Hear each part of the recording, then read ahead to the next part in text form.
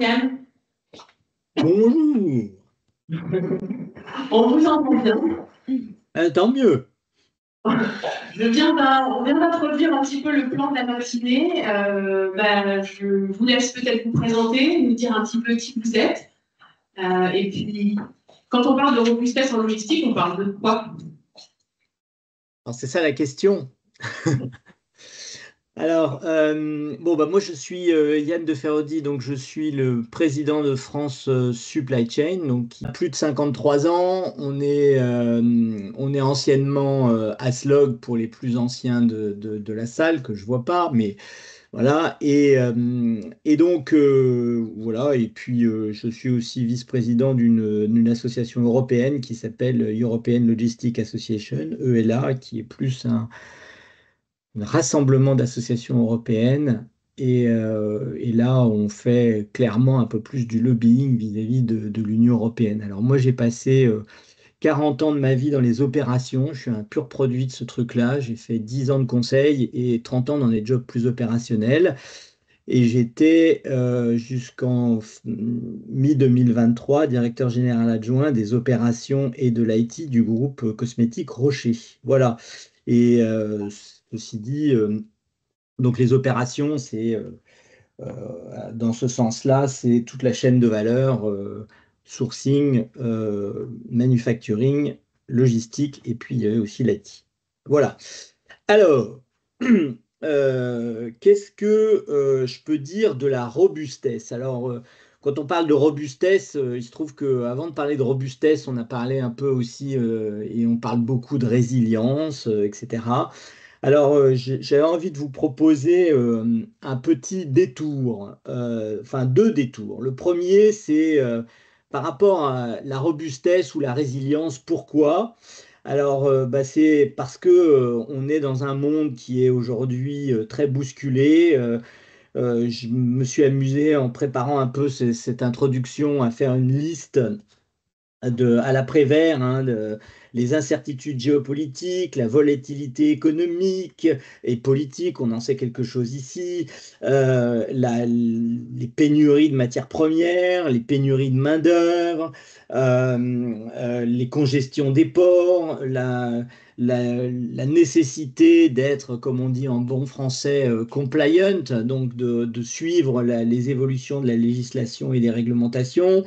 Et puis des attentes parfois contradictoires de nos clients qui veulent aller toujours plus vite, mais en même temps que on consomme moins d'énergie.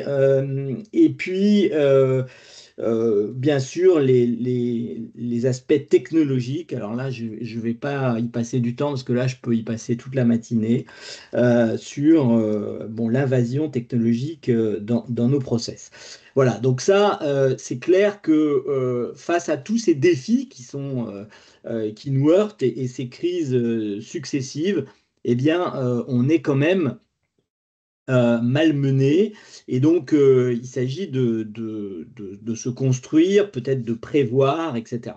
Je voulais vous proposer un deuxième détour parce que par manie, cette fois-ci, où je suis depuis plusieurs années une association qui s'appelle ANAC TNK et qui recueille des enfants des rues et où d'ailleurs mes enfants, qui ont pas, entre nous sont des saints, ont passé 3 ans pour s'occuper de ces enfants. Et, euh, et le père Daucher, qui s'occupe de cette fondation, a écrit un bouquin qui s'appelle Oser l'espérance, anti-manuel de résilience. Alors moi, ça m'a fait sursauter en disant, bah alors quand même, les enfants abandonnés, malmenés par leur famille, etc., en fait, ils sont pas résilients, alors c'est quoi le truc?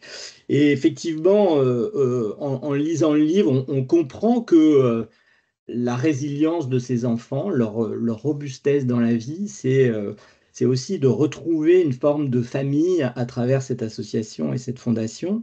Et c'est une leçon pour nous qui est en entreprise, finalement, on n'est pas forcément robuste tout seul.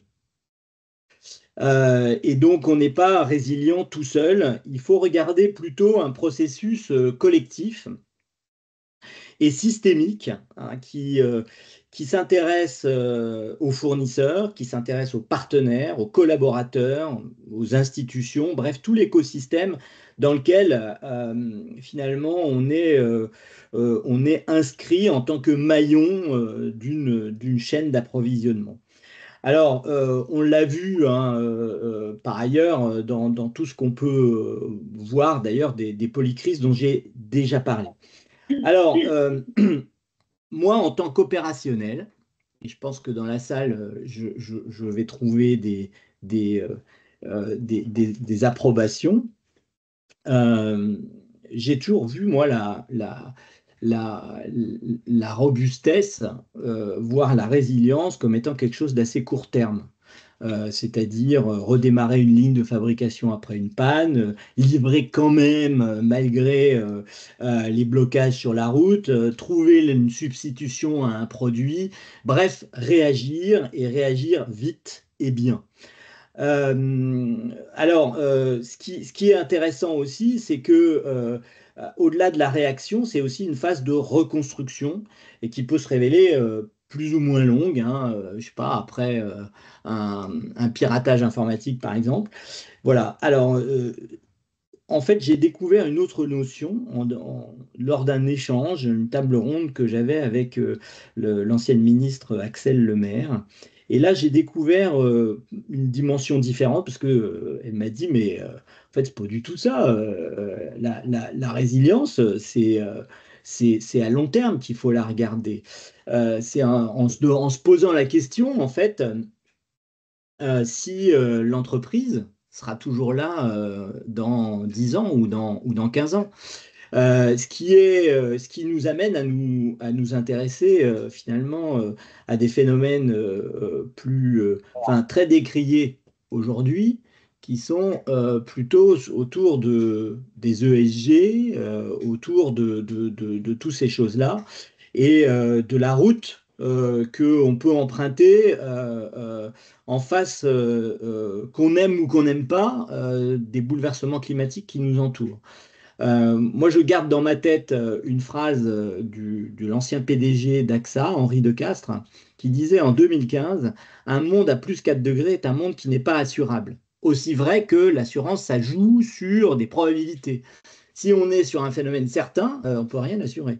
Là aussi, je vous invite, dans le cadre d'une plus grande robustesse, à intégrer dans votre stratégie à long terme toutes ces dimensions, parce que les enjeux environnementaux, en fait, vont nous rattraper. Alors, par rapport à ça, nous, à France Supply Chain, on s'est intéressé au sujet et on a fait une petite étude avec Sopra Steria Next autour de la résilience, parce qu'on s'est dit, mais c'est bien d'en parler, mais ça serait bien de mesurer les choses. Aussi vrai que ce que disait Peter Drucker, voilà, ce qui est mesuré se manage. Et on a fait donc une étude, on a posé des questions, alors un grand questionnaire qui se cale autour du modèle SCORE, hein, très basiquement, hein, voilà, approvisionner, transformer, délivrer. Et donc là, je vous livre simplement 3 leçons de cette affaire-là. Premièrement, c'est que la maturité est assez insuffisante par rapport à ces risques systémiques. C'est-à-dire qu'on a voulu un indice sur 4 pour pas avoir de moyenne. Ça, pour que les gens répondent pas, bah moi je suis 3 sur 5. Alors là, comme ça, je suis entre les deux. Et on atteint un niveau de 2,59 sur 4. Donc, ce qui montre qu'on est quand même encore tiré vers le bas. Il n'y a que 23% qui atteignent de l'échantillon et qui atteignent un niveau avancé. Donc, ça veut dire que c'est pas mal, mais on peut mieux faire. Et puis après, il y a des endroits où c'est effectivement plus fort que d'autres. La deuxième leçon, c'est qu'on a une résilience que j'appellerais trop réactive. C'est-à-dire qu'il y a une crise et tout d'un coup, le chéquier du conseil d'administration ou de la direction générale s'ouvre. Voilà. Et donc, on fait plein d'investissements. Et puis, 2 ans après, le calme revient. Et là, les questions se posent. Mais qu'est-ce que vous foutez à dépenser autant d'argent, à faire autant de projets, parce qu'on n'a pas besoin de tout ça. Donc, il y a aussi à méditer sur comment est-ce qu'on peut travailler un petit peu plus à long terme pour se renforcer. Et enfin, des systèmes d'information qui sont relativement peu adaptés à la fois à l'agilité et d'autre part à une visibilité globale sur la chaîne qui permettrait en fait de mieux anticiper nos turpitudes. Voilà. Alors, ce que je dois vous proposer, c'est aussi, ben, face à ça, comment faire. Et comment faire? Je vous propose trois choses. Premièrement, évaluer systématiquement les opportunités et les risques, parce que se concentrer sur les risques, c'est toujours un peu déprimant. Il faut aussi voir ben, qu'est-ce que ça veut dire, en fait, et comment est-ce que je peux créer des espaces qui vont me rendre non seulement plus robuste, mais aussi me donner des opportunités. Donc, et regarder par exemple en quoi la concentration géographique de certains fournisseurs peut créer un risque. Collaborer avec des parties prenantes, donc ça veut dire aussi parler à ses fournisseurs, négocier des contrats qui incluent des risques, notamment des risques climatiques. Planifier à long terme. Alors, quand je dis long terme, c'est que justement, les événements climatiques qui vont se faire plus durs, plus fréquents, etc., nous amènent à nous dire, mais est-ce que mon entrepôt est bien positionné?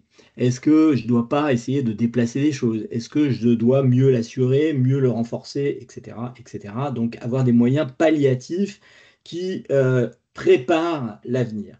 Voilà, tout ça pour dire que en fait, réfléchir à cette robustesse, c'est finalement un levier stratégique. C'est aussi peut-être utiliser la technologie pour nous aider à y voir plus clair, notamment en ayant des alerteurs sur l'ensemble de la chaîne. Et aujourd'hui, il y a des outils assez sophistiqués qui nous permettent de faire ça. C'est finalement une démarche assez innovante que de dire que on va mettre les trésors de la technologie au service de transformations majeures. Et puis aussi, pour être plus performant, et il faut l'être, d'être aussi performant en groupe, en collaborant, soit avec nos fournisseurs, soit même avec certains concurrents, pour être plus robuste sur la longue durée. Voilà. Il m'a demandé 7 minutes, je crois que j'ai été un petit peu plus long, et je suis désolé. C'est pas grave. En tout cas, merci beaucoup Yann. Je vous laisse suivre la matinale qui va continuer et puis à très bientôt. Oui, merci. Yann. Alors, continuons après cette introduction.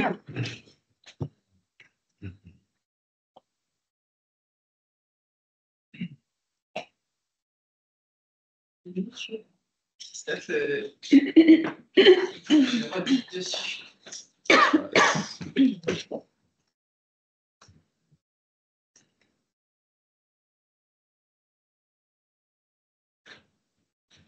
Alors, nous accueillons ce matin plusieurs intervenants. Donc, Christophe de Mulder, donc Direction Générale des Entreprises, qui va se présenter. Fabien Lopez de la société Nexo et Anaïs Derain-Flopian de la société Permada. Donc, Christophe, vous êtes de la DGE, de Direction Générale des Entreprises. Est-ce que vous pouvez dire un peu plus sur votre mission de chef de projet sur cette organisation?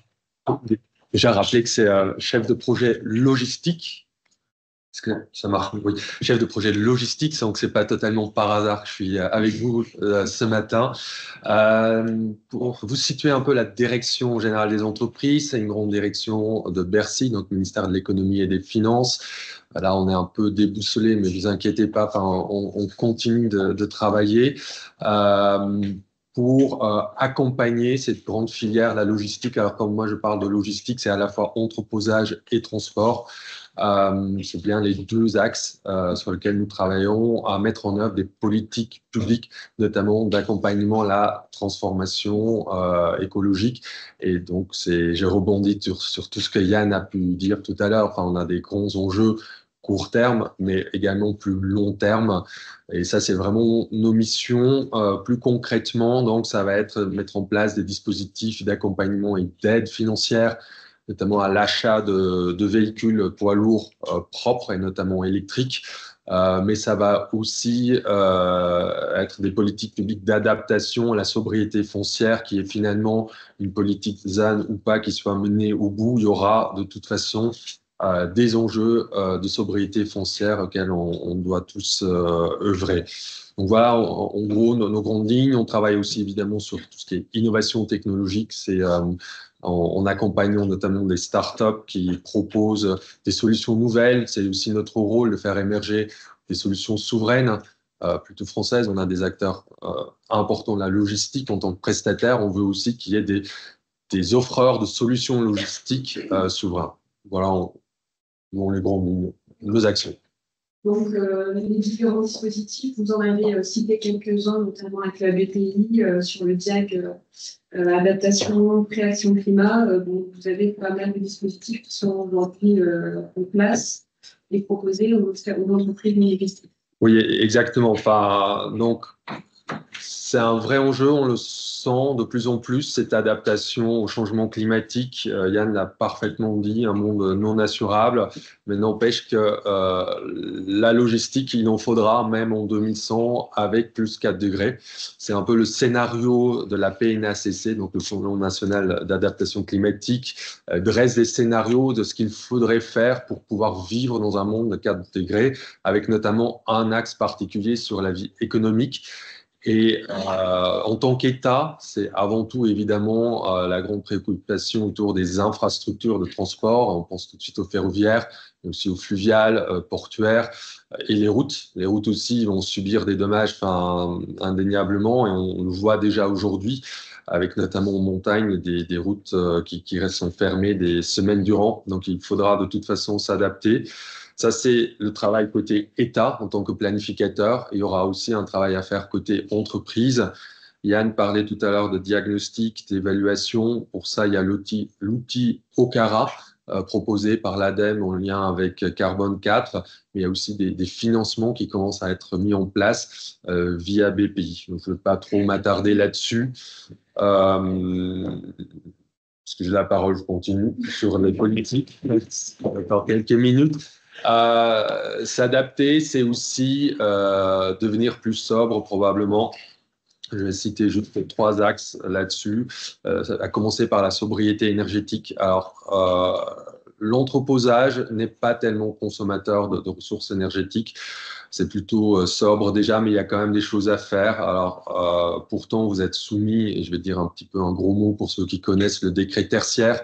Ça a fait plaisir à personne. On a fait ce qu'on a pu côté DGE pour que ça se passe au mieux. N'empêche que l'objectif final est plutôt louable, et on voit de toute façon maintenant émerger des entrepôts beaucoup plus sobres, et je pense que c'est gagnant-gagnant. Enfin, et personne ne contestera. Et on a même maintenant des entrepôts qui deviennent producteurs d'énergie et qui produisent un surplus énergétique. Et ça, c'est extrêmement intéressant parce que c'est en lien avec la sobriété foncière. Il va falloir sortir aussi des carburants fossiles. Et les énergies renouvelables, et notamment le solaire, sont une solution, mais sont également consommateurs de ressources foncières cette fois-ci.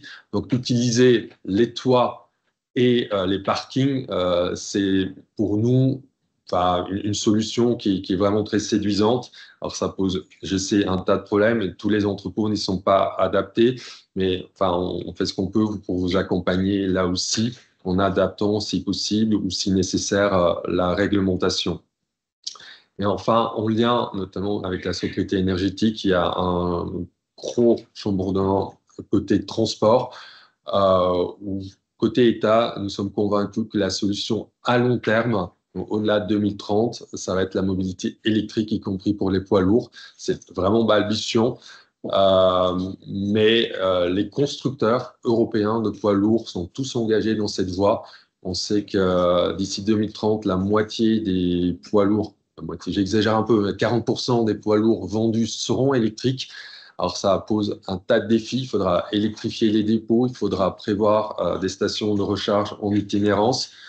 Aujourd'hui, ces poids lourds sont beaucoup plus chers encore que le thermique, et c'est pour ça qu'on a mis en place des certificats d'économie d'énergie qui, pour un 44 tonnes, permettent quand même de toucher jusqu'à 50 000 € d'aide, en plus d'un dispositif de suramortissement fiscal. Et on sait que déjà sur certains trajets, le camion électrique offre une solution de transport plus rentable, et c'est rejoint notre débat entre robustesse et performance. Oui, dans certains cas, en tout cas, on a parlé des ombrières sur les toits électriques qui va devenir de plus en plus rentable. On peut avoir des situations gagnant-gagnant. Merci. Merci.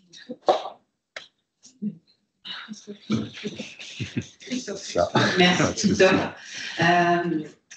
On a Fabien Lopez qui est avec nous. Fabien, vous êtes Business Development Manager. Tout à fait. Qu'est-ce que ça veut dire robustesse pour un groupe comme GXO?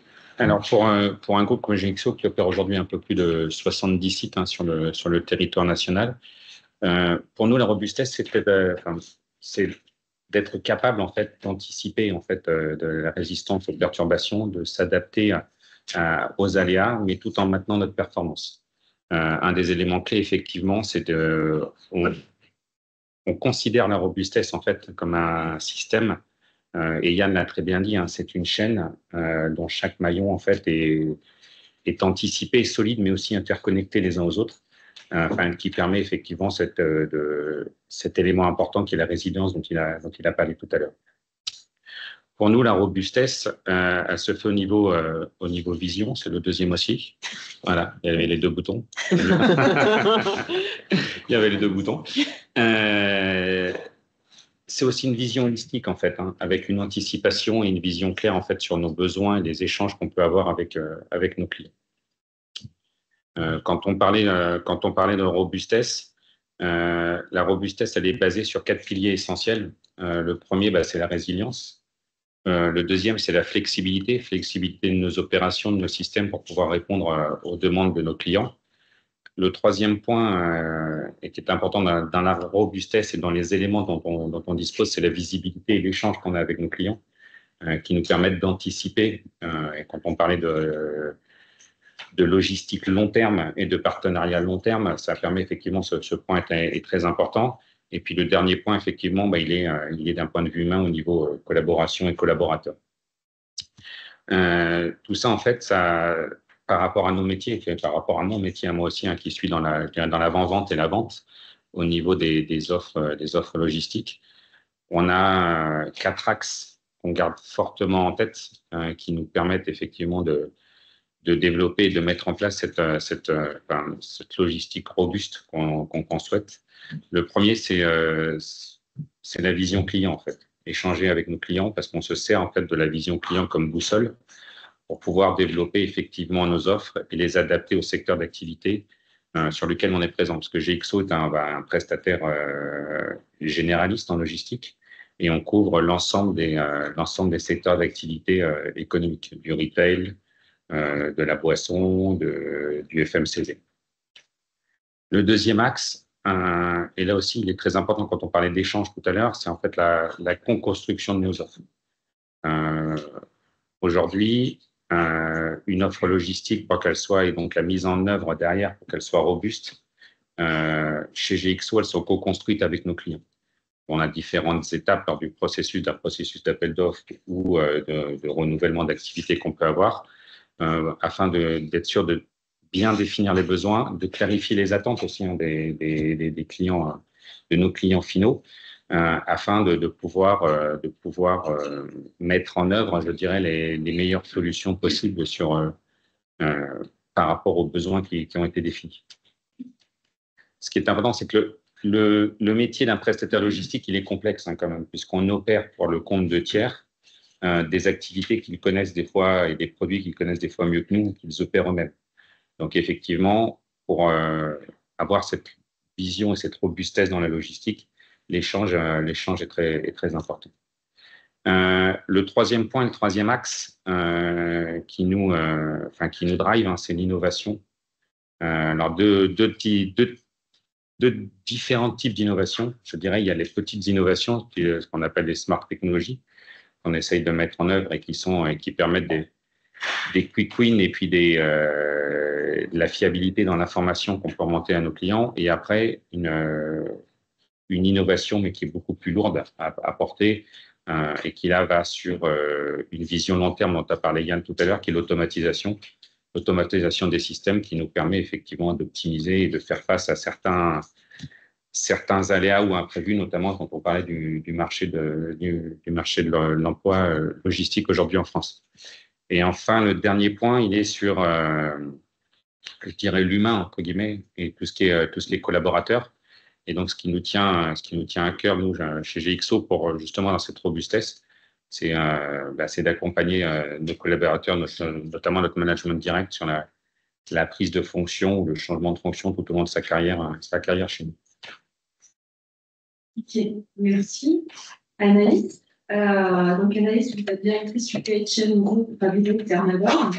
Et on aimerait savoir un petit peu comment la vision de vos clients vous influence dans vos choix et que vous nous parliez un petit peu de votre dernier projet et surtout en quoi en fait ce projet vous a permis de robuste. Alors, je vais vous mettre un petit peu de contexte. Je vais essayer quand même d'être synthétique, mais ça se contextualise. Un projet, ça ne sort pas de nulle part. Donc, au sein de Thermador Group, on est à la fois un et multiple. Et donc, la robustesse, on l'entend pas à pas, par itération, et elle diffère. La réponse va différer selon nos filiales, qui sont toutes très différentes, donc selon les contextes, selon les clients, selon les besoins. Cette recherche de robustesse, moi, je vais utiliser un terme qui nous va bien, c'est l'agilité. C'est la recherche d'agilité qui passe par l'écoute, le souci du détail et bien entendu, vous en parliez, la veille pour anticiper les évolutions technologiques, mais aussi les évolutions métiers. Si je devais vous définir l'agilité comme on l'entend, parce qu'après c'est peut-être très personnel, je dirais que c'est la capacité de s'ajuster en permanence, soit à la complexité qui se présente, soit aux nouveautés. Et donc, dans ce contexte-là, l'un de nos derniers projets nous a conduit à faire le choix d'une automatisation partielle d'une de nos plateformes logistiques. Et nous avions énormément de défis à relever. Alors, le premier, vous en parliez aussi, c'est la raréfaction des collaborateurs en logistique, surtout en région Aura. On voulait réduire la pénibilité pour nos collaborateurs, améliorer leur qualité de vie au travail, rendre aussi finalement notre organisation, c'était sur une filiale plus attractive, maintenir, donc je vous ai dit, il y a beaucoup de défis, maintenir un haut niveau de qualité de service pour répondre à notre promesse client et sans pour autant, et là ça a été un gros challenge, produire de la surqualité, augmenter notre efficacité opérationnelle et donc pour nous, ça ne s'oppose pas justement avec la robustesse et simplifier nos process. Ce qui est important, je pense, de comprendre, c'est que ce projet n'a pu être mené que parce que nous avions en amont travaillé constamment sur la qualité et la fiabilisation de nos bases de données, sur la qualité de nos stocks et une communication surtout permanente avec nos équipes. Donc, nous exploitons désormais cette plateforme depuis 2022 et comme dans tout projet, le succès a vraiment résidé dans justement cette recherche permanente de l'adaptation aux évolutions et donc à nouveau de l'agilité. Mais ce projet, il s'est inscrit, donc on en parlait, c'est sur du long terme, c'est pas un projet qui sort de nulle part et on se réveille un matin en se disant tiens, et si on faisait de l'automatisation? Donc, il s'ancre dans une stratégie globale. Et donc, cette stratégie globale, je vais vous en donner deux axes. Le premier, c'est dès 2020, en fait, on a développé une application maison sur mesure embarquant des algorithmes de machine learning. On parlait des nouvelles technos pour aider en fait nos équipes d'approvisionneurs à acheter le bon stock au bon moment. Et en parallèle, après plusieurs tentatives, pas forcément toutes très réussies, on a enfin construit en 2023 une offre de prévention à destination de nos collaborateurs, parce qu'on parlait de la raréfaction des collaborateurs en logistique en région Aura. Et c'est très important pour nous de pérenniser l'emploi. Donc, ça ne s'oppose pas non plus à l'automatisation et de garder nos collaborateurs, mais en bonne santé et pour longtemps. Cette offre de prévention, elle s'est articulée autour de 2 actions principales. La première, c'est donc depuis 2023, on ouvre un cabinet éphémère de podologie dans une de nos filiales avec prise de rendez-vous de nos collaborateurs. Et donc, on travaille avec ça, avec une jeune pousse qui est à La Rochelle, avec un ancien rugbyman professionnel qui s'appelle Olistep, l'entreprise. Et la deuxième action, en fait, est une action où on propose un programme en 4 mois à nos collaborateurs avec un accompagnement sur mesure et personnalisé par un sport scientist. Si le collaborateur le souhaite, derrière, ils peuvent demander la mise en place d'un abonnement annuel renouvelable. Voilà, donc en conclusion, je dirais que, et on sent qu'effectivement dans le long terme, que les succès d'aujourd'hui, en fait, sont le fruit des efforts d'hier et des efforts parfois patients, parce que c'est jamais un long fleuve tranquille. Et qu'être robuste, en tout cas pour nous, c'est savoir évoluer sans rompre, apprendre constamment, et c'est pour ça aussi qu'on fait de la veille et très régulière, et avancer ensemble. On disait que ce soit avec les collaborateurs, avec les clients, avec nos fournisseurs, et tout ça pas à pas. Donc c'est un subtil jeu d'équilibre. Voilà. Merci Anaïs. Donc, prendre soin de ses collaborateurs, mais aussi faire de la veille techno. Est-ce que Fabien, côté GXO, justement sur ces aspects technologiques, mais aussi de prendre soin, on va dire, des salariés, est-ce que vous avez une anecdote ou en tout cas un projet que vous pouvez nous partager? Oui, il y a des... ça fait partie de notre ADN et de la valeur ajoutée aussi qu'on peut apporter à nos clients.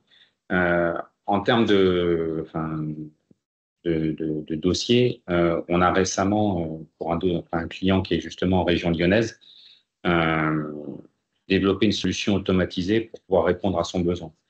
Son besoin, c'était, suite à la refonte de son schéma logistique, en fait, c'était par rapport au site qu'on exploitait aujourd'hui, d'intégrer 3 fois plus de références, donc de passer de 5 000 références à 15 000, mais aussi de passer au niveau d'une préparation manuelle qui était aux alentours d'1 à 2 millions de pics à plus de 10 millions de pièces piquées et préparées, tout en restant dans une coque, donc dans un entrepôt toujours équivalent et sans la raréfaction, on en parlait tout à l'heure, de la surface fait qu'on n'avait pas le choix que de rester à l'emplacement qu'on occupe aujourd'hui. Et quand on parlait tout à l'heure de co-construction, donc on a travaillé avec ce client-là pour mettre en place une automatisation type ASRS qui nous a permis aujourd'hui effectivement d'atteindre la performance souhaitée, d'atteindre aussi les objectifs que notre client souhaitait, à tel point qu'on envisage via l'agilité de cette solution de pouvoir l'étendre. Elle fait 12 000 m² aujourd'hui, de pouvoir rajouter quelques allées pour pouvoir accueillir aussi de nouveaux produits et de nouvelles familles de produits au sein de cette automatisation. Ce qui nous permet, on parlait de confort de collaborateurs il y a quelques minutes, de pouvoir répondre effectivement à la préoccupation qui est majeure aussi pour nous, qui est le bien-être de nos collaborateurs, parce que c'est important et ça nous aide aussi à les garder sur un marché de l'emploi qui est aujourd'hui très tendu sur la partie logistique. Quand on parle d'automatisation, on a aussi envie de se dire, mais alors est-ce que justement on ne va pas enlever des collaborateurs? Est-ce que dans un cas comme dans l'autre, non, on les enlève pas, ça nous permet justement de les garder, entre guillemets, puisque ça rend le métier sur certains postes un peu moins pénible, moins de marche, moins de port de charge lourde. Et ça nous permet aussi, quand on parlait de résilience, de pouvoir répondre effectivement sur un marché de l'emploi qui est saturé sur les emplois de préparateurs et de caristes, de pouvoir maintenir les performances et la qualité souhaitée par notre client final. Et je rajouterais juste pour accompagner la croissance de nos organisations, parce qu'au bout d'un moment, c'est effectivement, soit on est en capacité de rajouter des collaborateurs pour faire plus vite, soit si on n'est pas en capacité de rajouter des collaborateurs et on revient sur la raréfaction des collaborateurs en logistique, il faut trouver d'autres solutions. Donc non, ça ne s'oppose, à mon sens, pas du tout. Et pour autant, on ne va pas faire le choix de l'automatisation systématiquement. Merci. Merci à tous les trois. Bon, des petits problèmes de micro, mais c'est bien. Moi, je vais juste poser une autre question qui est hors cadre. Tout à l'heure, Christophe nous a parlé d'un certain nombre, j'allais dire, d'accompagnement, d'aide, de dispositifs. Est-ce que vous avez fait appel justement à ces dispositifs-là dans le cadre justement de vos projets, pour que ce soit l'automatisation, que ce soit de la mobilité, que ce soit la sobriété au niveau des bâtiments? Est-ce que c'est des choses que vous avez coutume en tout cas d'utiliser, d'activer en fait pour avancer? Oui, alors, c'est des choses qu'on regarde notamment quand on parlait de camions électriques tout à l'heure, hein, puisque c'est une demande forte aujourd'hui et un axe fort de satisfaction client, voilà, vis-à-vis des réponses qu'on peut faire vis-à-vis de nos appels d'offres, des demandes qui nous sont faites. Effectivement, c'est aussi de verdir la partie transport quand on l'a en charge. Donc, sur ce point-là, ce sont des choses effectivement qu'on regarde. Sur les bâtiments, on est locataire de nos bâtiments, donc on est en phase un peu aval par rapport à ce point-là. C'est vrai qu'il y a le projet ADEME Logistique 4.0, voilà, qui est ouvert en effet à aussi des projets assez importants en termes d'investissement. Moi, ce que je vous propose, c'est qu'on fasse une petite pause. Alors, l'idée, c'est que voilà, on vous laisse une petite demi-heure échanger entre vous. Sachez qu'on aura quelques adhérents qui seront présents et qui seront capables de répondre aussi un peu à vos questions. Alors, on a Carton Vert ce matin, on a EOL, on a JLL, on a LRP Maintenance, GSF et Bois Concept. Qui sont des entreprises adhérentes du PILS et qui traitent d'automatisation, de foncier, donc qui peuvent aussi répondre à vos questions et compléter un peu le débat. En tout cas, je remercie nos trois intervenants et puis on continue les échanges tout à l'heure. Merci. Alors, on revient à notre plan. Nous sommes sur la deuxième partie de cette table ronde. Finalement, quels sont les leviers pour renforcer la robustesse? Alors, je crois qu'on va parler tout d'abord à Christian.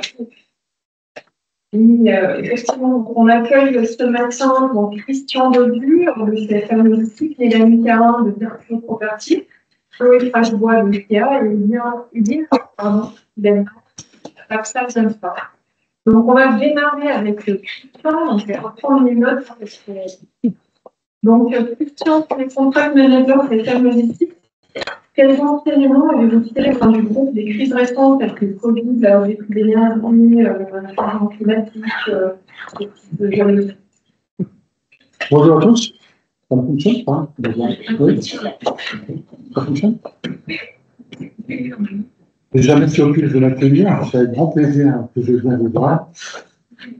Il y a pas les crises, alors naturellement, la chaîne n'a pas fait manque par rapport à tout été touché. La différence avec un certain nombre d'entre nous, c'est que nous étions avec un certain nombre d'entre nous, on faisait partie des entreprises qui ont continué de travailler pendant le confinement. Alors, on a fait cette parce que je vous rassure, plus de confinement, je profite gentiment pour montrer ceux qui écoutent la DC. Je fais plein de parties de classe et il nous a tous expliqué, je ne parle pas de rappel pour en vivre avec nos élus. Ce qu'on a dit, c'est quoi? Déjà, on ne s'est pas rendu compte parce qu'on savait déjà que les gens sont la richesse de l'entreprise et qu'il faut vraiment penser. C'est parti de la première entreprise, c'est pas à mettre en place avant ce difficile. sur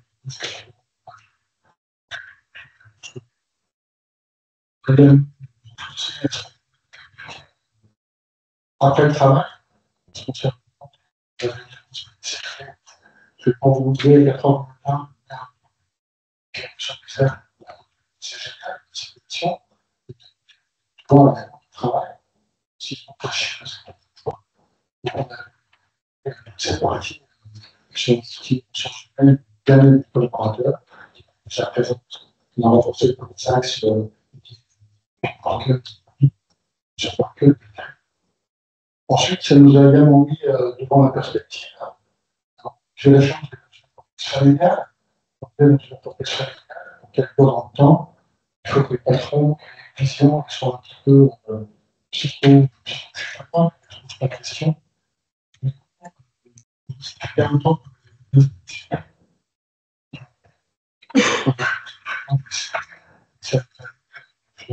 un front, bon, je pense que c'est ça, parfois, avec les collègues, il faut toujours prêt à ce qui est impossible, tu vois, avec une portion de cette ça. Enfin, un axe sur lequel tu as commencé à travailler. Alors, je sors du Covid, je parle un peu de l'énergie. La chance de me concentrer. Toujours, j'étais là de volonté d'un des fondateurs du bâtiment sur up-to-date, concernant tout ce qui est certification HTTP.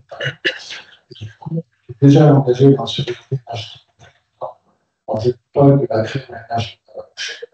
J'ai touché un peu moins probablement parce que le bâtiment, parce que c'est une responsabilisation de chacun. Je vais être dans ça veut rien. C'est pas que ça fait 35 ans. C'est aussi des témoignages dans une condition claire, à chaud. Donc, ce que vous retenez simplement une conclusion, c'est qu'il faut être préparé à l'impossible presque. Ceux qui dans la salle vont voir la musique savent le truc. Il faut être prêt, il faut avoir les plans, le plan A, le plan B de pensée. Il faut avoir les hommes avec un courage prêt à ça, et le matériel aussi. Parce qu'on a pu voir, lorsque c'est sur le confiné, un certain nombre d'entreprises, les gens communiquaient sur les réseaux, chacun pendant une heure, une heure et demie. C'est bon, c'est bon. Et certaines entreprises, comme la chance, on avait anticipé, non pas ce genre de crise, mais le fait qu'on ait un réseau robuste, qui est déjà anticipé avec. Soyons prêts à tout. Merci Christian. Chloé, tu es la deuxième logisticienne qui est assise à cette table ronde. Est-ce que tu es directrice du site IKEA sur Saint-Quentin-Cavalier, un des plus gros sites de la zone. Est-ce que tu peux nous dire justement un petit peu, toi en tant que manager, directrice plastique, quels sont les aléas auxquels tu dois faire face et comment est-ce que tu rends justement ton site stable, en tout cas dans le temps. Comment tu Les aléas, forcément en logistique, on en a un certain nombre tous les jours, que ce soit avec de l'humain, des équipements ou aussi avec des partenaires et notamment sur le transport. Donc c'est des métiers qui sont très riches pour ça. Après, pour se préparer au mieux à ça, ce qu'il faut, c'est, on en a parlé, mais autant que possible, planifier, anticiper, même si à chaque fois les plans, on les révise au fur et à mesure qu'on les écrit. On peut parfois se demander finalement à quoi ça sert de les écrire, parce qu'on les suit pas toujours, mais ça nous sert en tout cas à voir plus loin. Et puis, ce qui est nécessaire aussi, c'est de toujours prévoir, comme disait Christian, les plans B, C, notamment quand on va faire face à un pic d'activité ou quand on va faire face à une baisse soudaine d'activité qui va être peut-être liée à un aléa.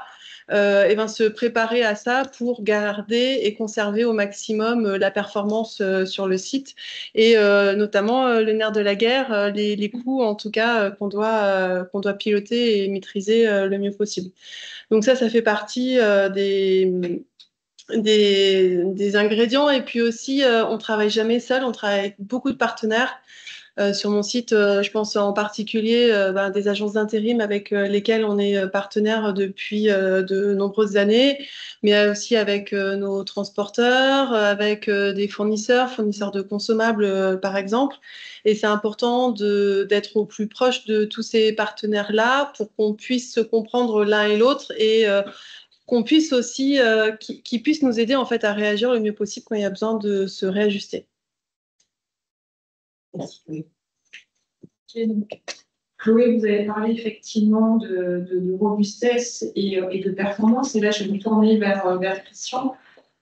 Christian, est-ce que finalement, on laisse de côté la performance quand on va travailler la robustesse ou est-ce que au contraire, voilà, on ne peut pas faire sacrifice ni de l'un ni de l'autre?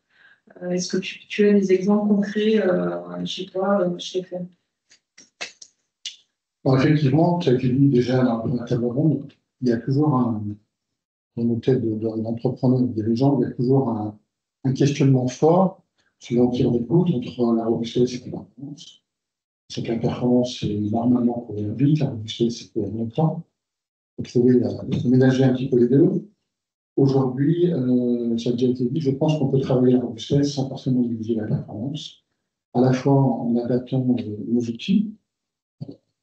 Ça peut être une partie d'automatisation, puis effectivement, comme je disais ce matin, la collecte de travailleurs pour éviter à la fois faire face à la pénurie de main-d'œuvre, mais aussi apporter un bien-être au travail et être un peu plus efficient.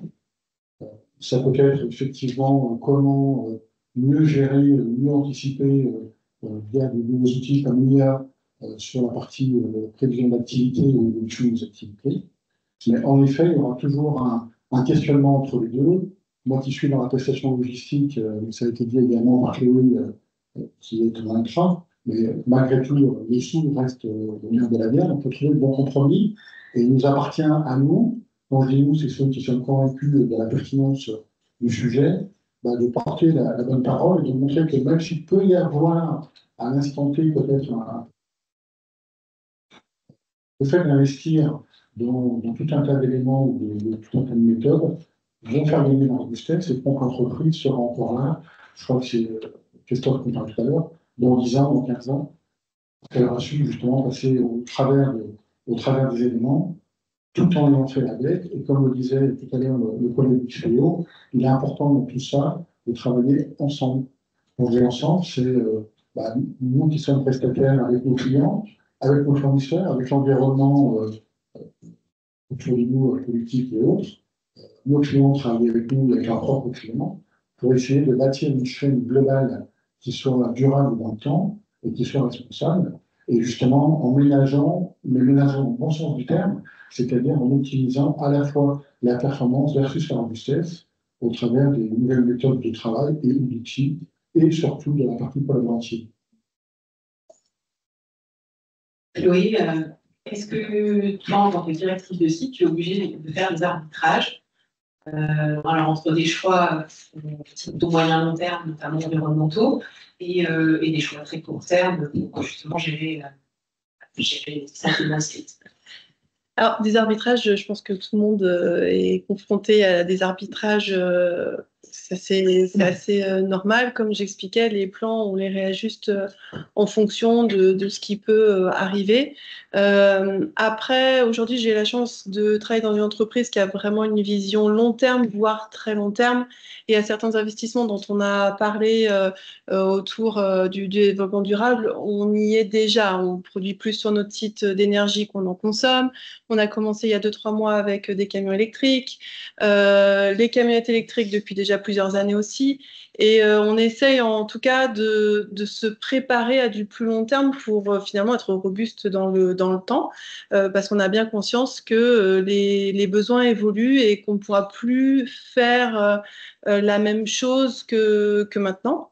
Après, c'est important pour nous aussi de travailler beaucoup sur l'humain et en fait, la fidélisation de nos équipes est un sujet sur lequel nous travaillons beaucoup parce que ce capital humain, c'est ce qui nous permet aujourd'hui de répondre au mieux aux clients. Et on a besoin de capitaliser là-dessus pour les prochaines années. Donc là, c'est vraiment un choix à long terme, plus que du court terme. Qui a été très engagé, c'est vrai sur ces choix. Nous allons passer, Edine, vous faites partie de Parksize, directeur commercial. Quelles sont les attentes de vos clients, justement? Parlez-nous déjà, que faites-vous Parksize, oui, quelles sont les attentes de vos clients? Oui, après, notre métier, c'est de réduire la consommation des cartons dans la société. C'est vraiment le métier principal. Et c'est un métier c'est comment concilier l'écologie avec la performance et l'héroïne. C'est compliqué aujourd'hui, il n'y a pas beaucoup de solutions dans le marché et nous, on essaie d'apporter quelque chose qui va permettre à la société de s'engager, d'aller vite. Donc, notre métier, c'est vraiment de fournir des solutions. On a des machines qui vont réduire la taille de produit. Donc, on passe d'une solution standard à une solution optimale, ce qui permet d'économiser en carton, qui est très cher, de réduire le volume de transport, réduire les camions, passer en électrique plus facilement, et tout en conservant la robustesse, la performance, parce que c'est des solutions semi-automatisées ou complètement automatisées selon la taille de la société. À partir de 150 cartons par jour jusqu'à 20 000 par jour, on est large. Donc, notre idée, c'est d'apporter aux sociétés justement une petite graine de sable pour qu'elles puissent atteindre leurs objectifs économiques et écologiques. Et vous constatez de plus en plus, on va dire, les besoins des clients vont dans ce sens? Oui, tout à fait. Si tu peux juste voir. En fait, qu'est-ce qui représente la réduction de carton, des volumes de transport, c'est qu'on va, dans les chiffres, on voit qu'il y a des vrais gains chiffrés, factuels, dans chaque société dans laquelle on a implémenté notre produit. On va aussi une amélioration dans la qualité, dans le marketing, dans le retour de produits, dans la gestion d'inventaire. On a parlé tout à l'heure des aléas de fournisseurs. Si vous avez plusieurs fournisseurs de cartons, plusieurs tailles à gérer, ce n'est pas pareil que c'est avoir une seule machine qui travaille toutes les tailles. Donc, ça permet de moins se soucier sur la gestion de clients, gestion d'inventaire. On va attaquer vraiment le problème avec la solution la plus simple et la plus économique. Merci. Moi, j'ai une nouvelle question pour Edine. Désolée, je prends encore une carte, ça va du tout. Finalement, qu'est-ce que vous constatez chez vos clients? C'est quoi en fait l'objectif premier? C'est de réduire, j'allais dire, l'impact économique, l'impact environnemental ou la pénibilité au niveau des collaborateurs? C'est plutôt la première chose, malheureusement encore, c'est la partie économique. Je dis malheureusement parce qu'on parle toujours de la partie écologique. Mais c'est vraiment la chose qui va toucher aux clients, notamment dans ces temps-ci. Nous, on avait la chance de pouvoir proposer une solution qui va forcément attaquer la partie écologique, parce que la réduction de carton est vraiment l'un des problèmes aujourd'hui dans la plupart de nos sociétés. Mais on essaie justement en même temps, on a des solutions qui sont nouvelles, qu'on a lancées cette année, l'année dernière, à 12 ans. Donc, on n'est pas connu dans la base, dans les clients actuels. Je viens du monde de l'automatisation. J'étais chez Swisslog, chez Savoir dans le passé. Donc, je connais le monde de ce monde et je constate que la partie packaging, emballage, ça a été toujours une partie qui n'a été un peu oubliée ou mise à côté parce qu'il n'y avait pas de solution qui pouvait optimiser cette partie. Mais aujourd'hui, on pense qu'on a quelque chose qui permettrait aux différents types de sociétés à adopter notre solution et gagner justement tous ces secteurs. Merci pour cette réponse. Maintenant, on va se tourner vers vous, Mélanie. Alors, Mélanie, vous êtes directrice de l'innovation, du développement durable et des projets au sein de la société Vertoproperty. Donc, on parle de ZAN, de sobriété foncière. Donc, comment vous accompagnez vos clients sur ces sujets-là, de vastes sujets? Très vaste sujet. Nous, Virtuo, on est un développeur immobilier spécialiste en immobilier logistique durable et innovant. Donc, la loi ZAN, c'est une loi qui vise à stopper l'étalement urbain et de ne plus consommer de nouveaux sols naturels d'ici 2050. Donc, quelles sont les solutions on développe chez Virtuo, qui ne sont pas des solutions qui ont réponse à tout, mais déjà, forcément, il y a les friches. Nous, on est devenu société à mission en 2023 et on a inscrit dans nos statuts le fait qu'en 2030, on ne réaliserait des projets plus que sur des friches. Mais on a commencé il y a bien longtemps sur des terrains comme à Miribel, dans l'Ain, on a racheté un ancien site d'Intermarché, on a redéveloppé une nouvelle plateforme logistique. J'ai aussi l'exemple à Arles où on a racheté un site et on a construit 2 bâtiments et on a même rendu à la nature 1,3 hectares, c'est-à-dire qu'on a désartificialisé pour faire ce projet. On a fait plus d'espace vert que ce qu'il y avait dans le projet initial. Il y a aussi la solution d'exploiter au maximum la surface foncière. Donc ça, c'est un travail avec les collectivités pour que quand on identifie un terrain, on puisse construire au maximum de ses capacités tout en respectant les réglementations. Mais après, il y a aussi la solution de la verticalité. Donc nous, on a fait plusieurs bâtiments à étages. Par exemple, un bâtiment à Gennevilliers où sur un même terrain, on a vraiment 2 bâtiments logistiques l'un sur l'autre. Donc, sur un terrain où on aurait pu faire seulement un bâtiment, on en fait 2. Voilà. Et on a un projet là actuellement à Beson, pareil, sur ces 3 niveaux. Sur une même surface, on a 3 niveaux, on fait 36 000 m², là où on aurait pu en faire peut-être qu'un tiers. Donc ça, c'est des solutions qui permettent de répondre à cette loi ZAN. Et donc, il faut travailler avec nos clients et les collectivités pour pouvoir utiliser ces solutions. Ce pas des solutions magiques parce que, par exemple, les friches, elles ne sont pas toujours localisées à des endroits pertinents pour la logistique. Il y a d'autres problèmes comme la biodiversité. On se dit que comme le terrain est artificialisé, on n'aura pas de sujet sur la réglementation. Et il y en a. Il y a potentiellement, il peut y avoir de la pollution, de l'amiante, il peut y avoir donc de la biodiversité qui s'est développée et qui rend le site difficile à utiliser. Et la verticalité, c'est une solution qui ne répond pas dans toutes les localisations parce que ça marche en zone urbaine, mais en zone plus lointaine, on est sur des coûts qui sont quand même plus importants et donc difficile de l'utiliser partout. Ok, et justement, vous parlez de verticalité. Est-ce que justement la pression réglementaire, l'impact sur Baptiste, la réponse c'est la verticalité ou vous avez d'autres, il y a d'autres impacts sur le bâti que vous avez pu identifier? Alors nous, c'est sûr que la pression réglementaire elle est forte. On en parlait tout à l'heure, le décret tertiaire, la RE 2020, la taxonomie européenne. Mais pour nous, ça pousse le monde de la construction et la filière à aller toujours plus loin et dans le bon sens. Donc, on pense qu'il faut anticiper ces réglementations et développer des bâtiments plus durables et donc plus robustes pour répondre à ces réglementations. Et donc, justement, par rapport à votre conception des bâtiments, est-ce que vous pensez que justement leur conception plus durable contribue à forcément plus de robustesse à long terme? Oui, pour nous, c'est vraiment lié. La conception durable, c'est vraiment la robustesse à long terme des entrepôts. Tous nos entrepôts, par exemple, ils sont BREEAM.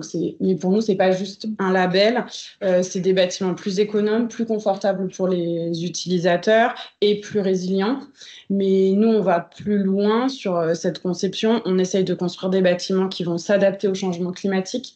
Par exemple, on prévoit les fortes chaleurs dans les zones déjà, mais dans toute la France, par exemple, maintenant, toutes nos toitures sont blanches et les bardages sont blancs parce qu'on se prépare à des fortes chaleurs. C'est dans la conception que ça se prévoit. On prévoit de la résistance aux inondations, donc on prévoit sur nos sites que nos bassins puissent récupérer plus d'eau que ce qu'il y avait, que les crues vintennales, des très grosses crues. On prévoit aussi, on fait une étude des îlots de chaleur urbains pour essayer d'artificialiser le moins possible sur les terrains parce que c'est ça qui augmente la chaleur sur les sites. Voilà, donc il y a plein de solutions, mais c'est cette conception durable qui rend le bâtiment plus robuste. Et par exemple, nous, on fait tous nos bâtiments, on calcule l'impact carbone lors de la construction. Et aujourd'hui, l'impact carbone, il est sur 50 ans. Et donc, quand on fait un bilan carbone, par exemple, si on installe un portail qui a une durée de vie je dis au hasard, de 10 ans, et ben, dans le bilan carbone du bâtiment, on va compter qu'on le remplace 4 fois pour pouvoir avoir la durée de vie. Et donc, en mettant des matériaux plus durables et qui vont rester plus longtemps dans le temps, on a un impact carbone plus faible sur le bâtiment. Donc, c'est des matériaux plus durables et donc plus robustes pour que le bâtiment puisse bien durer dans le temps et faire face au changement climatique notamment. Ok, merci. Donc, il y a beaucoup de solutions, effectivement, pour rendre les entreprises plus durables pour demain. Merci à tous les quatre. Est-ce qu'il y en a certains d'entre vous qui veulent rebondir sur ces propos justement de bâtiments durables? Ça a dit Non, pas forcément. Bah, c'est très intéressant. Est-ce que tous les quatre, vous pourriez nous donner finalement quels seraient les conseils que vous donneriez là aux entreprises présentes sur finalement comment rendre sa logistique plus robuste, plus pérenne aussi dans le temps? Je me rappelle. Comment ça, je suis le premier de la table. Non, mon conseil serait uniquement n'ayez pas peur d'investir dans les nouvelles technologies, dans les nouvelles solutions. Aujourd'hui, il n'y a pas que les machines ou des systèmes d'automatisation. On a aussi des logiciels qui s'enrichissent avec les systèmes d'intelligence artificielle, machine learning. Tous ces types de nouvelles solutions sont complètement inexploitées. Personne, même les grosses sociétés, n'ont pas accès à ce type de technologie. Et pour moi, dans les temps actuels, c'est très, très, très important de les utiliser. Et je suis ravi de parler avec ça avec vous un jour, mais il y a plein de outils, de solutions de prévention de forecast, de vente, de SAV, etc. Donc, n'hésitez pas à aller sur ce type de solutions. Je le conseille. Merci, Chloé. Un conseil, on n'a peut-être pas beaucoup parlé, mais c'est vrai qu'on se pose tous un peu les mêmes questions, hein, chacun dans son domaine. Et finalement, la veille et puis aussi le réseau, comme le PILT par exemple, c'est important pour en fait pouvoir avoir des idées pour la suite, pas réfléchir seul dans son coin, mais pouvoir aussi s'inspirer de ce que font les uns et les autres. Et on ne sait pas encore exactement de quoi demain est fait et comment chacun ou chaque site va évoluer, mais on sait qu'on va devoir évoluer, ça c'est clair. Donc le fait de pouvoir en fait être ensemble et de pouvoir s'appuyer sur ce collectif est une richesse en fait qui doit nous aider aussi à être plus robuste pour la suite. C'est plaisir d'entendre ça. Mélanie? Je vais peut-être dire une réponse simpliste. Moi, je dirais utilisez, louez, construisez des entrepôts qui sont durables et robustes dans le temps pour que votre logistique puisse durer, que vous puissiez investir dans des équipements de supply chain qui puissent durer dans le temps et qui soient adaptés. Christian? Comme nous sommes tous ici des gens bien pensants, je dirais continuer à penser à vos collaborateurs. C'est la richesse de l'entreprise. Vous ne pouvez rien faire sans eux. Qu'ils vous soyez dans tous les domaines, que ce soit l'attractivité, la formation, et tout ce qu'on pourra imaginer sur les collaborateurs. Travaillons ensemble. Alors, le PILS, on m'a dit que c'était un réseau sympa, où on peut échanger tous ensemble et faire de bonnes choses. Mais au-delà de ça, travailler ensemble, c'est aussi travailler avec vos clients, avec vos fournisseurs, avec notre environnement. J'ai la géopolitique pour revenir un mot à la mode, mais ne serait-ce que la préfecture, la sous-préfecture, la CRI, etc. Travaillons ensemble, que ce soit sur le problématique des bâtiments ou autre. Et aussi et surtout, pour en terminer par là, c'est un peu l'objet de ce matin, pensons, continuons de penser à la planète. En tant que con, j'assume, on pense enfin à la planète, parce que quand il y a 20 ans, 25 ans, certains d'entre nous parlaient d'écologie, de faire du verre, etc., on a des gros yeux. Enfin, on s'y met. Je vais considérer que c'est déjà jamais trop tard pour le faire, mais pensons à la planète. Notre camarade au bout de table dit qu'il y a des solutions, c'est vrai, c'est une partie qui va pas bien. Il y a des solutions dans les bâtiments, il y a des solutions dans les énergies. Alors, je connais certains d'entre nous, et je sais que par exemple, dans le transport, c'est pas simple. C'est évoqué tout à l'heure dans la première table ronde, un kilométre coûte cher, aujourd'hui très cher, mais il viendra bientôt de moins en moins cher. En tout cas, ça fait partie des choses à regarder. Et pour reprendre une parole, n'ayons pas peur de l'avenir, travaillons ensemble, ça sera forcément mieux. Merci Christian. j'aimerais bien donner la parole à nos 3 intervenants de tout à l'heure. Moi, j'avais une question qui rejoint ce que vous venez de dire en termes de conseils.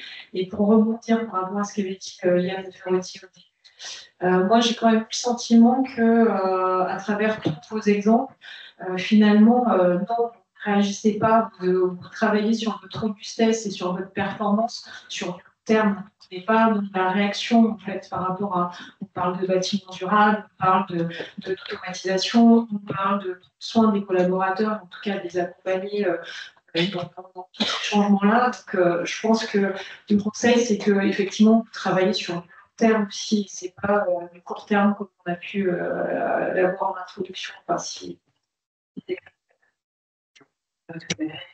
Est-ce que Christophe, tu veux rajouter un petit mot?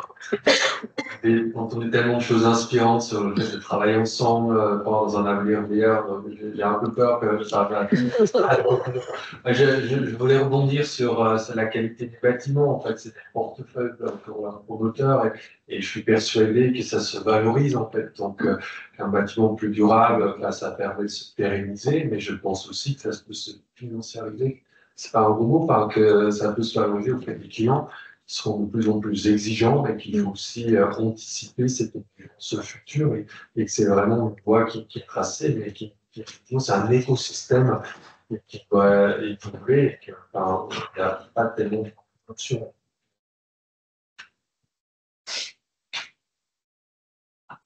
Anaïs? Ça va être très court parce qu'effectivement, je pense que si on concatène tous les informations qu'on a eues au cours de ces 2 tables rondes, on dit finalement tous la même chose avec nous.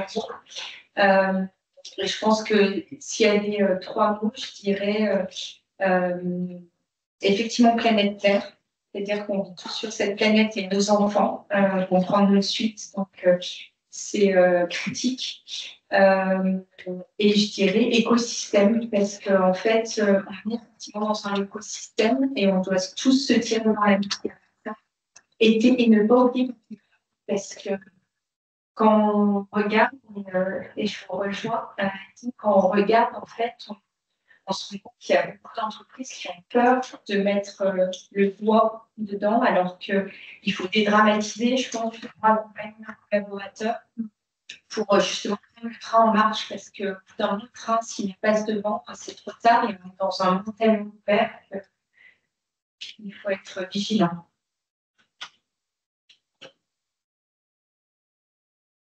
En ce qui me concerne, je crois qu'il y a la partie continuer à échanger, voir les solutions en bâtiment avec les solutions d'emballage sur mesure qui nous permettent de concilier et la robustesse de nos processus, la performance, aussi la réussite de demain qui sont de plus en plus.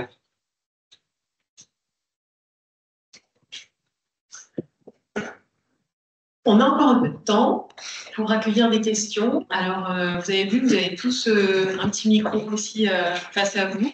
Est-ce que vous avez envie de poser certaines questions là, aux personnes qui sont à la table ronde? Est-ce que de témoigner aussi de quelque chose? Enfin, voilà, on a un petit peu de temps devant nous. C'est rare. L'animation a été brillante, je pense. C'est sûr.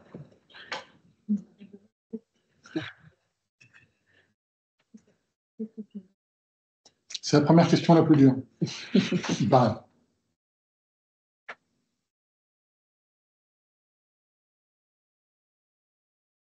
Je pense notamment à des électriciens qui sont dans la salle.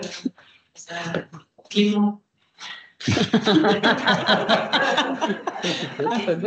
Voilà. Je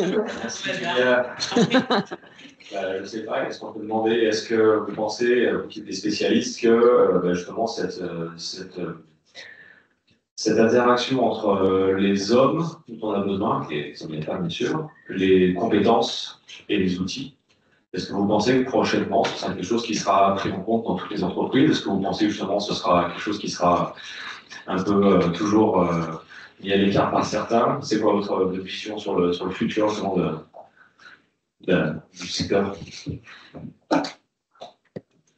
Moi, je veux bien répondre.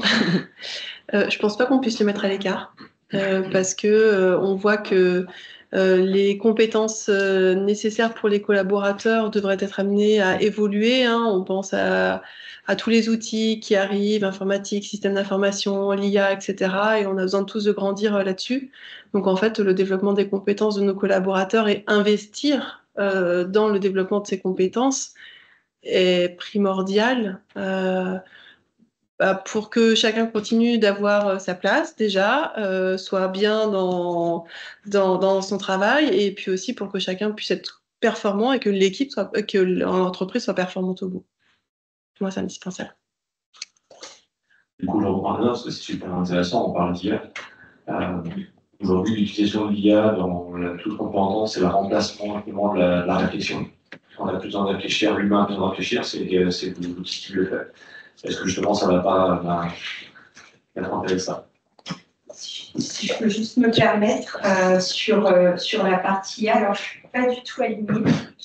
Je considère au contraire que l'IA, c'est un outil, justement, et c'est un outil pour un homme plus performant, et ce n'est pas un remplacement de l'homme. C'est-à-dire qu'il faut voir ça comme un accompagnateur, enfin, je sais pas, un collègue avec lequel on va travailler, qui va nous rendre plus performants, mais aucunement remplacer l'humain. Donc on n'y est pas, enfin, l'IA générale, on a beau en parler, on en est quand même encore loin. Donc c'est pour ça qu'il est primordial, nous on l'a vu, parce qu'on a été finalement à ce moment-là plutôt en avance, lorsqu'en 2020 on a une première application avec des algorithmes d'IA. Et l'accompagnement du changement, ça a été très, très compliqué. Donc, en fait, il faut effectivement, je vous rejoins, investir sur les hommes, dédramatiser, leur apprendre que ça va être leur monde de demain. Enfin, donc, faire la politique de l'autruche et se mettre la tête dans le sable, ça va être des personnes. Et après, c'est effectivement la manière dont on amène les choses. Je pense que d'intervenir dans les éléments qui nous permettent d'être plus performants. C'est l'homme il y a très longtemps, on écrivait les chiffres à la main sur un papier, après on avait Excel, on rapporte. Et pour moi, l'idéal, ça va être, si je pense à l'exemple dans la même chose, ça va être demain de faire les choses dans Excel à la place de quelqu'un de faire, parce que quand on passe sa journée à remplir un fichier Excel, un fichier je sais pas quoi, je trouve ça super intéressant, effectivement, quand on laisse matin. Mais du coup, si la machine le fait à ma place et que moi je fais autre chose, c'est plus certain, je pense que c'est dans cet esprit-là qu'il faut essayer d'apprendre des biens comme étant en effet un outil, un aide, et pour faire des choses à la fois plus rapides et simples, des choses qui ont zéro valeur ajoutée, zéro intérêt, pour qu'ensuite on puisse concentrer l'activité du collaborateur et nous-mêmes sur des choses plus intéressantes. C'est super, je suis content parce que c'est un peu ce que je pense aussi. La société que je représente, j'ai des logistiques, on est un peu sur ce point-là aussi. C'est vraiment super. C'est marrant que tu toujours été au top. Est-ce qu'il y a d'autres réflexions autour de l'IA, autour aussi de cette notion de robustesse qui est quand même pas simple aussi à mettre en place?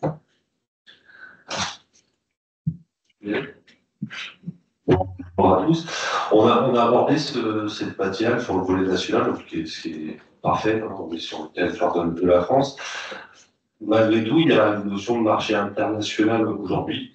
Donc, je pense plutôt aux transporteurs logisticiens dans cette question-là. Et quelle est, pour vous, votre vision, votre approche sur le marché international? On doit concilier une robustesse qu'on a, nous, actuellement en France, je pense, sur un certain levier, et qui n'est peut-être pas suivi partout de la même manière sur un marché international. Voilà. Est-ce que ça crée des disparités, à votre sens? Est-ce qu'il faut qu'on renforce, nous, ce volet performantiel et de robustesse à travers une vision de monde, en fin de compte?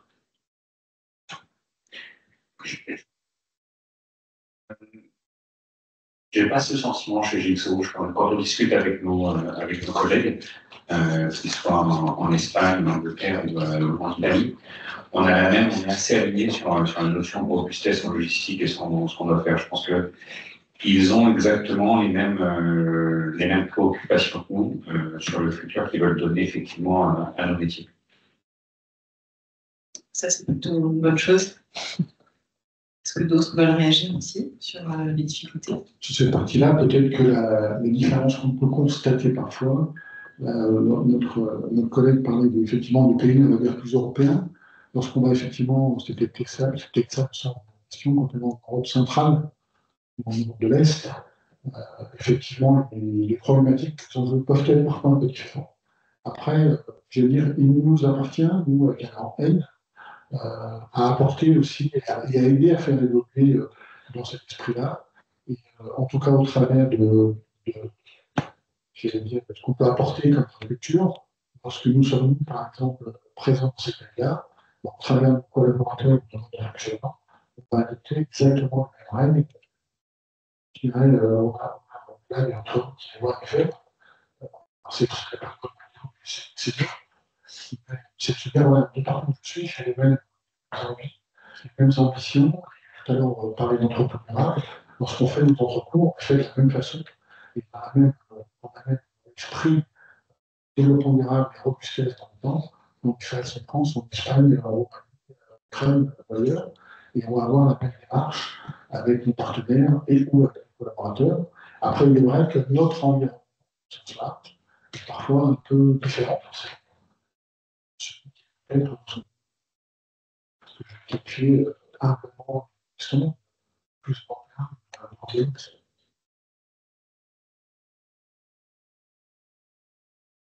Il y a d'autres questions, d'autres réflexions?